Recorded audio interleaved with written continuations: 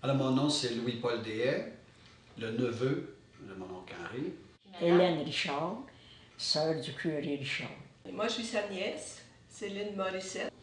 Quand il était sous-prêtre, je sais que Monseigneur Bruno aurait bien aimé le garder à Nicolette.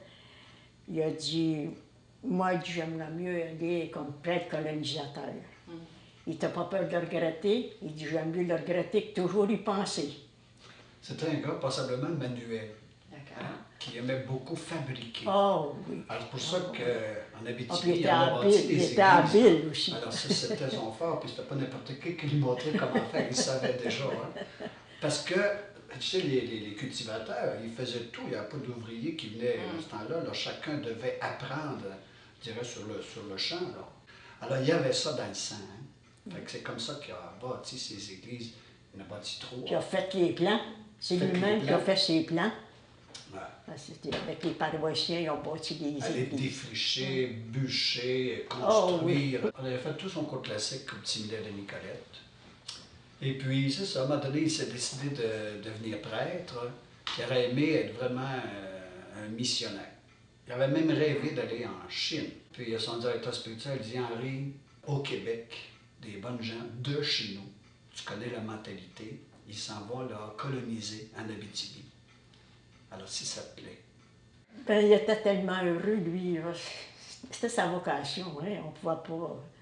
Il était d'abord bûcheron, là, parce que ma tante qui était sa sœur, ma tante Lucille, faisait aussi ses soutanes. C'était pas rien, hein? Parce que c'était des grandes soutanes avec peut-être 60 petits boutons à tous les pouces, là. Les boutonnières, il n'y avait pas de machine à coudre automatique. Puis il bûchait en soutane. Il bûchait en soutane, donc les poches, il fallait qu'elles soient bien doublées parce qu'il y avait le marteau, le clou, tout ce que vous voulez. Il vivait des produits de la ferme, puis il fallait qu'il gagne de l'argent aussi parce qu'il n'y avait pas un sou. Il y avait tout ce qu'on mange, tous les légumes, c'était cultivé sur sa terre. Des poules, des veaux, des cochons. Et même, on raconte que c'était celui qui saignait le mieux les porcs quand il les tuait. Mais je pense que son poulailler, ça a été une source de revenus pour lui parce qu'il y avait jusqu'à 500 poules peut-être là-dedans. Et il avait fait des arrangements avec la mine Simcoe à Val-d'Or. Cisco à Val-d'Or. Et le cuisinier de tous ces mineurs-là prenait ses œufs, prenait ses poules. C'était un bon commerce là, qui rapportait de l'argent pour construire l'église. Il a construit le presbytère de l'église. L'extérieur de l'église était monté, je pense, mais il y avait une grande salle dans le sous-bassement avant que le haut soit fini. Là. Alors, ils organisaient des soirées parce qu'il n'y avait rien. Il n'y avait pas de jeu, il n'y avait rien pour les gens de la paroisse. Aussi, tous les défricheurs qui étaient là, à mesure qu'il y avait une maison de construite, les femmes venaient avec leurs enfants si elles en avaient, mais les familles se construisaient. Il y avait une machine, c'était... Je ne sais pas à quoi on comparerait ça là, dans les machines qu'on a actuellement, mais c'était des trous en tout cas, puis un genre de ressort pour tirer. Et on utilisait une souris pour faire ça, ce jeu-là. Mais il fallait l'attraper, la souris. Ils mettaient des morceaux de fromage en dessous d'une tasse, puis la tasse, le bord de la tasse reposait sur un dé à coudre. Alors la souris, quand elle allait chercher le fromage, elle restait prise en dessous de la tasse. Moi, mon rôle, c'était de guetter les tasses.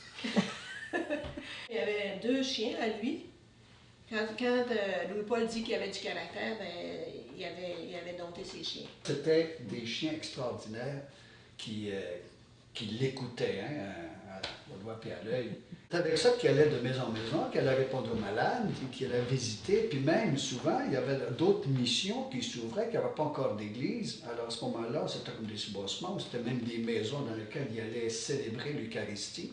Alors, il partait avec sa traîne à chien. Il avait toujours on appelait ça sa valise d'émission, dans laquelle il y avait une espèce d'hôtel portatif. Il était 25 ans à la Sainte.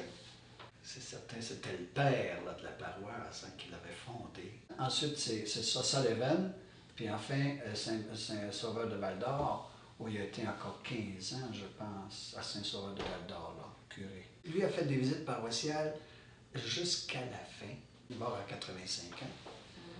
Et puis, il est mort rapidement. Puis d'ailleurs, il avait dit, quand ça finira assez. Je ne suis pas patient, vous le savez. Son pays, c'était l'Abitibi, c'était, ah oui, ça c'était son monde.